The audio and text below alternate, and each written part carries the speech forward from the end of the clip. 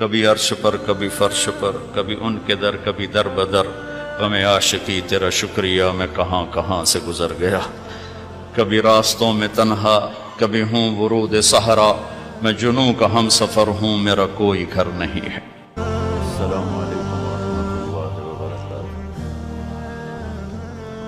بسم اللہ الرحمن الرحیم، والصلاة والسلام علی رسولہ الکریم وعلی آلہ وصحبہ اجمعین۔ اللہ تعالیٰ نے ہم سب کو، پوری دنیا کے انسانوں کو اس دنیا میں امتحان کے لیے بھیجا ہے۔ خلق الموت والحیات لیبلوکم ایکم احسن عملا۔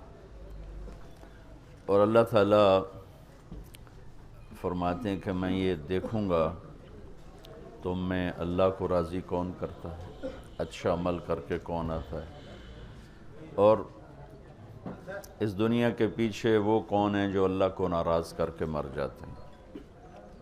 اب اللہ کیسے راضی ہوتا ہے یہ ہمیں تو علم ہے نہیں، تو اللہ نے اس کے لیے 1,24,000 نبیوں کو بھیجا، اور سب سے آخر میں اللہ تعالیٰ نے ہمارے نبی پاک صلی اللہ علیہ وسلم کو بھیجا۔ یہ ہماری خوش قسمتی ہے کہ اللہ تعالیٰ نے ہمیں محمد الرسول اللہ صلی اللہ تعالیٰ علیہ وسلم کا امتی بنایا۔ آپ سے ایک دفعہ ایک صحابی نے پوچھا، ابو ہریرہ، کہ یا رسول اللہ متی وجبت لکن نبوہ، آپ نبی کب بنے تھے؟ اس کا جواب ہے 40 سال کی عمر، جو مشہور ہے، اور کتاب سے جواب حساب جوڑ کے وہ ہے 40 سال 6 مہینے 10 دن، چاند کے لحاظ سے، محرم صفر، چاند کے لحاظ سے جب ہمارے نبی پاک 40 سال 6 ماہ 10 دن، پیر کی رات 21 رمضان، غار حرا، جبریل نے آ کر آپ کو خوشخبری سنائی، تو سادہ جواب یہ تھا کہ ابو ہریرہ 40 سال کی عمر میں لیکن ہمارے نبی نے کیا فرمایا؟ آپ نے فرمایا، ابو ہریرہ کنت نبیا وان آدم بین الروح والجسد، ابھی آدم علیہ السلام کی مٹی اکٹھی نہیں ہوئی تھی کہ اللہ نے مجھے نبی بنا دیا تھا۔ آدم علیہ السلام کی نسل سے تو ہمارے نبی، اور آپ یہ فرما رہے ہیں کہ ابھی آدم کے لیے مٹی بھی اکٹھی نہیں ہوئی تھی اور اللہ نے میرے سر پہ نبوت کا تاج رکھ دیا تھا۔ اچھا، کب بنایا اب یہ تو اللہ جانے اور اللہ کا رسول جانے۔ اس وقت تو ٹائم بھی نہیں تھا کہ ہم کہتے کہ اتنے سال اور اتنے مہینے، ٹائم سے پہلے اللہ نے اپنے محبوب کو وجود بخشا۔ ایک واقعہ سناتا ہوں۔ آپ کی مجلس لگی ہوئی تھی، ایک بدو یعنی دیہات اونٹ پہ جا رہا تھا۔ گوہ کو کیا کہتے ہیں سندھی میں؟ گوہی کہتے ہیں، ہاں گوہی۔ عرب جاہلیت میں گو کھاتے تھے، تو اس نے ایک ماری ہوئی تھی اور اس کو لے جا رہا تھا۔ وہ کہنے لگا یہ کون ہے؟ تو لوگوں نے کہا یہ وہ ہیں جو کہتے ہیں میں نبی ہوں۔ تو اس نے اپنے اونٹ کو موڑا،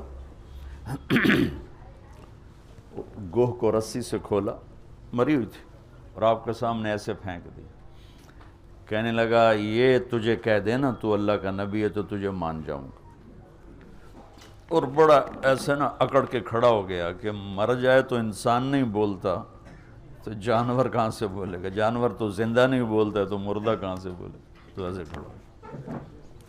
اور وہ ایسے سر زمین پہ مردہ پڑی ہوئی ہے، تو آپ نے ایک نظر اس کو دیکھا، سبحان اللہ۔ آپ نے کہا یا ضب، اے گوہ، تو اس کی آنکھیں ایسے کھل گئیں، اور اس نے یوں اپنی گردن اٹھا کر کہا، اتنے زور سے بولی کہ پوری مجلس میں آواز پھیل رہی تھی، اس نے کہا لبیک و سعدیک یا زین من وافا یوم القیامہ. اس نے کہا میں حاضر، لبیک میں حاضر، سعدیک میں حاضر، میرا بخت جاگ اٹھا، آج مجھے دو جہان کے سردار نے بلایا ہے. آپ کو ٹائٹل کیا دیا وہ بتانا چاہتا. یا رسول اللہ نہیں کہا اس نے. سبحان اللہ. قرآن بھی بتاتا ہے اور میرے نبی بھی بتاتے ہیں قیامت کا دن بڑا خوفناک ہے. تو اب وہ کیا کہہ رہی؟ میں حاضر، میری سعادت، اے وہ ہستی جس کی برکت سے قیامت کا خوفناک دن بھی خوبصورت ہو جائے. وہ بڑا اوکھا دینے پر آپ کی تو فعل وہ دن بھی خوبصورت ہو جائے، آپ اس کو خوبصورت بنا دیں گے. تو بدو نے ایسے آنکھیں ذرا جھپکا کے دیکھا، بھی ایک ہی ہو رہا ہے. آپ نے اسے فرمایا من تعبد، کس کی بندگی کرتی ہو؟ تو اس نے کہا من فی السماء عرشہ وفی الارض سلطانہ وفی البحر سبیلہ وفی الجنت رحمتہ وفی النار عقابہ. اس نے کہا یا رسول اللہ، جس کا عرش آسمانوں پر ہے، جس کی حکومت زمینوں پر ہے، جس کے راستے پانیوں میں ہیں، جس کی رحمت جنت میں ہے، جس کا عذاب دوزخ میں ہے، وہ میرا رب ہے، میں اس کی بندگی کرتی ہوں. آپ نے فرمایا من انا، میں کون ہوں؟ غلط، میں کون ہوں؟ بدو نے کہا تھا نا یہ کہے گی تو مانوں گا. من انا، میرے بارے میں کیا کہتی ہو، میں کون ہوں؟ تو اس نے کہا انت رسول رب العالمین، آپ رب العالمین کے رسول ہیں. اور قربان جاؤں، اس کو بھی پتہ تھا کہ صرف رسول ماننے سے ایمان پورا نہیں ہوتا، وَخَاتَمُ النَّبِيِّينَ، اور آپ آخری نبی ہیں، آپ کے بعد کوئی نبی نہیں ہے. مہر لگائی ختم نبوت کی گوہ نے، وہ بھی مری ہوئی. پھر اس نے آگے فتویٰ دیا قد افلح من صدقک وقد خاب من کذبک. یا رسول اللہ، جو آپ کی غلامی میں آئے گا بس وہی کامیاب ہے، باقی سارے ناکام ہو جائیں گے. اور پھر وہی مردہ گو. تو آپ نے فرمایا اب کیا کہتے؟ کہتا گو تیرا کلمہ پڑھ گئی، میں نے پڑھا، مجھے پڑھا دے کل. میں نے آپ کو چھوٹی سی جھلک دکھائی ہے. 7 سمندر کو سیاہی بنا کے اپنے نبی کی تعریف لکھوں تو سمندر ختم ہو جائیں گے، میرے نبی کی تعریف ختم نہیں ہوگی. لیکن میرے نبی کی زندگی کا خلاصہ 3 باتیں بتا کے. فرائض کے بعد، فرائض تو ایسی چیز ہیں جس میں کوئی گنجائش کوئی نہیں. نماز ہے، روزہ ہے، زکوٰۃ ہے، حج ہے. حج اور زکوٰۃ مالداروں کے لیے ہے. روزے میں مریض کو معافی ہے، مسافر کو معافی ہے. نماز ایسی چیز ہے جس کو اللہ نے فرمایا اس میں کوئی معافی نہیں. 1439 ہجری ہے.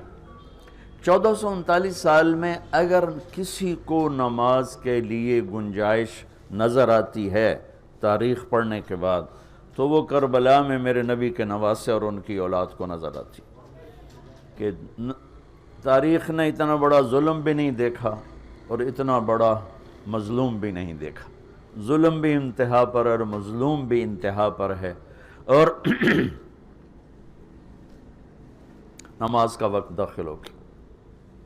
سورج ڈھلا، آپ کی نظر پڑی، آپ نے آپ کے ایک ساتھی ہیں زہیر، آپ نے ان کو سے اشارہ کی، وہ آئے کہ شمر سے کہو نماز پڑھنے تھے، نماز پڑھنے تھے. مجھے اللہ نے دنیا بہت پھرائی ہے اپنے فضل سے. 10-15% سے زیادہ لوگ نماز نہیں پڑھتے. فرمایا شمر سے کہو نماز پڑھنے دے. تو انہوں نے تھوڑا آگے بڑھ کے شمر سے کہا تھوڑی دیر تلواریں روک لو، ہمیں نماز پڑھنے دو. اس کمبخت نے کہا کہ ہماری تلوار رکنے کے لیے نہیں ہے، چلنے کے لیے. تو انہوں نے آ کر امام عالی مقام کو عرض کیا کہ جی وہ کہتے ہیں کہ ہم نماز کے لیے جنگ بند نہیں کریں گے. تو کہتے چلو ٹھیک ہے، انہوں نے بات اگاں چلیے. اور اللہ کی قسم اٹھا کے کہتا ہوں، اگر میرے نبی کا یہ قافلہ نماز چھوڑ بھی دیتا تو ان کے لیے کوئی مسئلہ نہیں تھا، کہ جنگ سے پہلے آنکھ لگ گئی، اتنا سکون ہے اندر میں کہ موت سامنے اور آنکھ لگ گئی، آنکھ کھلی تو ہنسنے لگے۔ تو زینب بہن نے پوچھا یہ ہنسنے کا کون سا موقع ہے؟ فرمانے لگے ابھی آنکھ لگی ہے تو اللہ کے نبی کو دیکھا ہے، کہہ رہے ہیں بیٹا میں لینے کے لیے آ گیا ہوں، استقبال کے لیے میں آ گیا ہوں۔ تو اگر یہ ایک نماز چھوڑ دیتے تو کیا مسئلہ تھا؟ اور ان کو جنت کی سرداری ملی ہوئی ہے، جنت نہیں ملی، جنت کی سرداری ملی ہے۔ میرے نبی نے فرمایا حسن حسین جنت کے نوجوانوں کے سردار ہیں، ابھی ماں کا دودھ پیتے تھے اور یہ مل گیا تھا۔ یہ نہیں کہ زہر میں شہید ہوں گے تو سرداری مل جائے گی اور کربلا میں سر کٹے گا تو سرداری مل جائے گی، ایک زہر سے تڑپ گئے، ایک سر کٹوا کے نیزے پہ چڑھ گئے، نہیں ابھی ماں کا دودھ چل رہا ہے۔ اور آپ نے کہا ایک فرشتہ آیا ہے اور مجھے خبر دے کر گیا ہے کہ میرے یہ دونوں بیٹے جنت کے نوجوانوں کے سردار ہیں۔ حسن پیدا ہوئے، آپ نے علی سے پوچھا کیا نام رکھا ہے؟ کہنے لگے جی حرب، حرب کہتے ہیں لڑائی لڑنے والا۔ آپ نے کہا نہیں، اس کا نام ہے حسن۔ پھر حسین پیدا ہوئے، آپ نے پوچھا علی کیا نام رکھا ہے؟ انہوں نے کہا جی حرب، علی تو میدان کے شاہ سوار تھے، اسی سے انہوں نے نام رکھا حرب۔ کہا نہیں، اس کا نام ہے حسین۔ پھر کیا فرمایا کہ جب سے آدم کی اولاد چلی ہے یہ دو نام اللہ نے کسی کو نہیں دیے، یہ پہلی دفعہ میرے بچوں کے لیے نام آ رہے ہیں، اللہ نے سنبھال کے رکھے تھے میرے بچوں کے لیے۔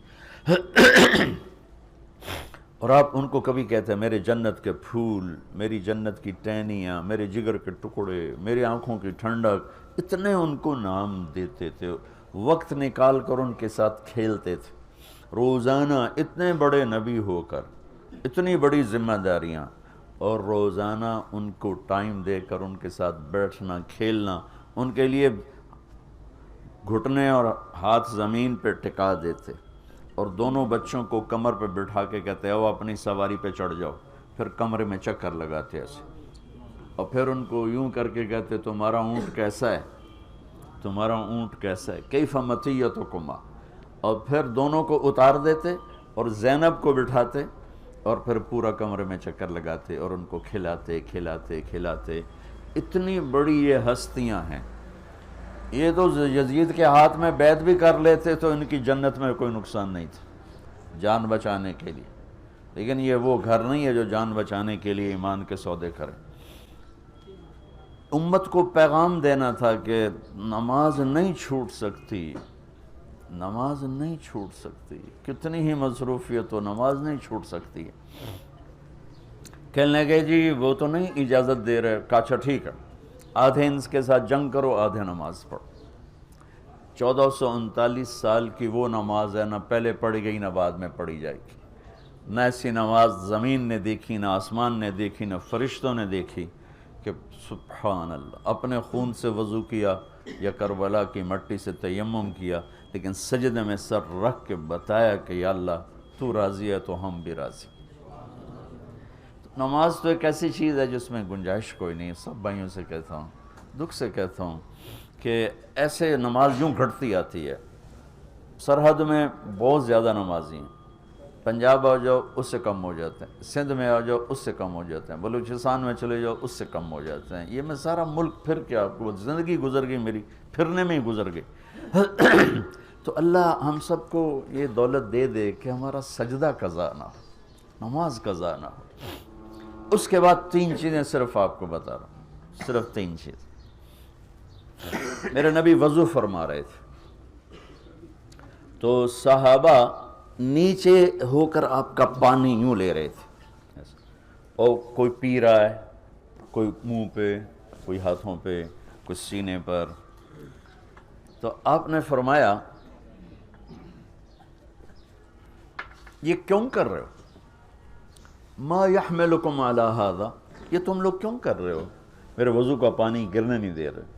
کہنے کہ حبا للہ ولرسول، کہ یا رسول اللہ آپ کے اور آپ کے رب کی محبت میں کر رہے ہیں۔ تو آپ نے فرمایا ٹھیک ہے، لیکن میں تمہیں بتاؤں سچی محبت کرنے والا کون ہوتا ہے؟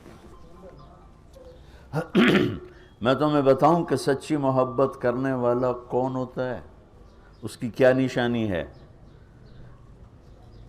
اور وہ ہوتا ہے جس سے میں اور میرا رب بھی پیار کرتے ہیں۔ صرف وہ ہم سے پیار نہیں کرتا، بلکہ میں بھی اس سے پیار کرتا ہوں اور میرا رب بھی اس سے پیار کرتا ہے۔ میں کسی سے پیار کروں، وہ مجھ سے نہ کرے، ہوتا رہتا ہے۔ کوئی مجھ سے پیار کرے، میں اس سے نہ کروں، یہ ہوتا رہتا ہے۔ یہاں میرے نبی ایک ایسی چیز بتانے لگے ہیں کہ دیکھو میں تمہیں وہ چیز بتانے لگا ہوں، اگر کر لو گے تو میں اور میرا رب بھی تم سے پیار کریں گے اور تم بھی ہم سے پیار کرنے والے شمار کیے جاؤ گے۔ انہوں نے کہا جی کیا ہے؟ تو آپ نے کوئی 50 چیزیں نہیں بتائیں، صرف 3 چیزیں بتائیں۔ اپنی امت پہ شفقت، محبت۔ فَلْيَسْتُقِ الْحَدِيثَ إِذَا حَدَّثَ فَلْيُؤَدِّ الْأَمَانَةَ إِذَا تُؤْمِنَ فَلْيُحْسِنْ جِوَارَ مَنْ جَاوَرَهُ۔ سبحان کہ اگر مجھ سے اور میرے رب سے محبت کا دعویٰ ہے تو سچ بولنا پڑے گا، جھوٹ نہیں بولنا۔ سچ بولنا پڑے گا، جھوٹ نہیں بولنا۔ یہ نہیں کہا 100 رکعت تہجد پڑھو گے تو پھر تمہارا عشق مکمل ہوگا۔ عبادت سے نہیں جوڑا، اخلاق سے جوڑا ہے۔ عبادت سے نہیں جوڑا، اخلاق سے جوڑا۔ عبادت کو منیمائز کیا ہے کہ نظام کائنات چلانا ہے، بازار چلانا ہے، حکومت چلانی ہے، ادارے چلانے ہیں، تو اللہ تعالیٰ کو عبادت کے لیے فرشتے بے شمار پڑے ہوئے ہیں۔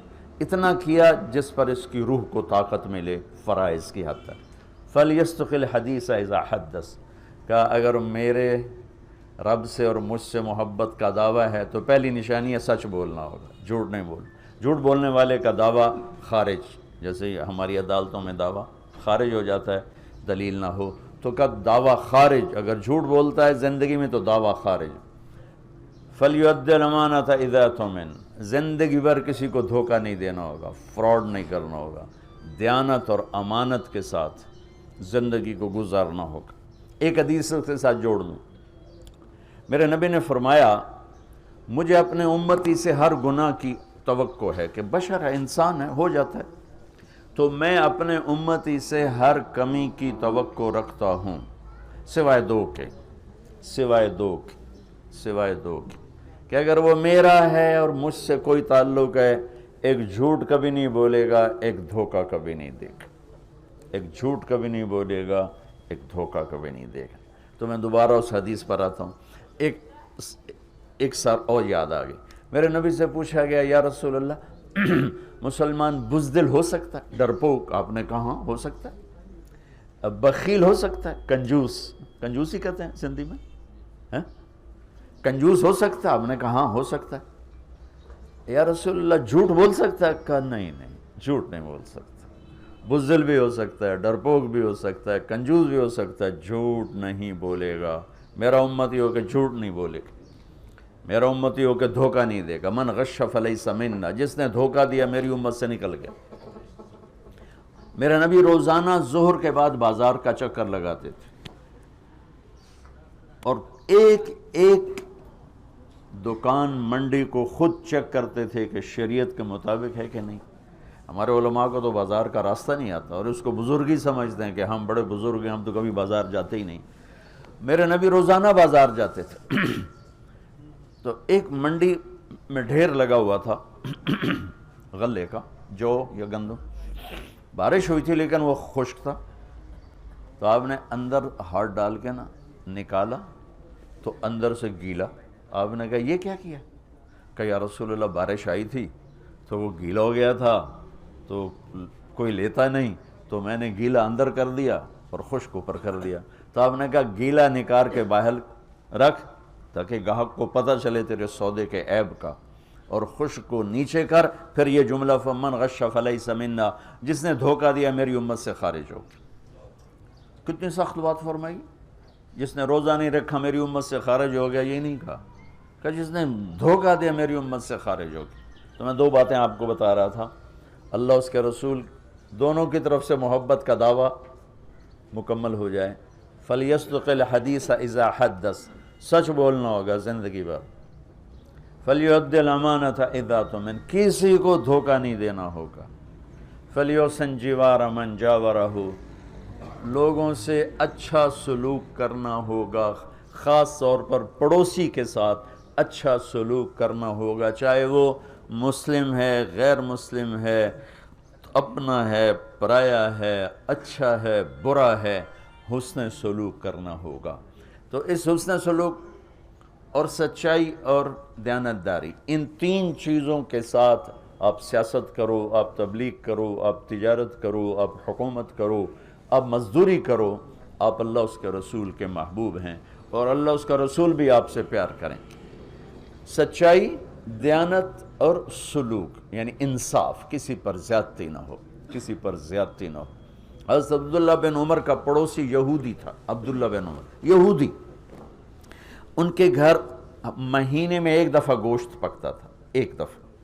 جس دن گوشت پکتا تھا تو فرماتے ہمارے پڑوسی کو بھیجائے، تو اگر گھر والے کہتے جی ابھی نہیں، تو کہتے پہلے اس کو بھیجو، بعد میں کھاؤں گا، اور وہ یہودی تھا۔ امام ابو حنیفہ رحمۃ اللہ علیہ کے پڑوس میں ایک نوجوان شرابی رہتا تھا، وہ رات کو شراب پی لیتا اور شور مچاتا اور کہتا میں بہت بڑا آدمی ہوں، لوگوں نے میری قدر نہیں کی، نشے میں یوں کہتا اضاعونی وعی فتن اضاعوا لیوم کریہت وسداد صغر۔ ایک رات پولیس افسر گزر رہا تھا تو اس نے شور سنا تو اس نے گرفتار کر کے جیل میں ڈال دیا کہ بھئی اتنے بڑے عالم کے پاس یہ شور مچا رہا۔ 3-4 دن گزر گئے، اس کا شور سنائی نہیں دیا، تو امام صاحب کہنے لگے وہ ہمارا پڑوسی کہاں گیا؟ کہا جو تو پولیس پکڑ کے لے گئی۔ کیوں لے گئی؟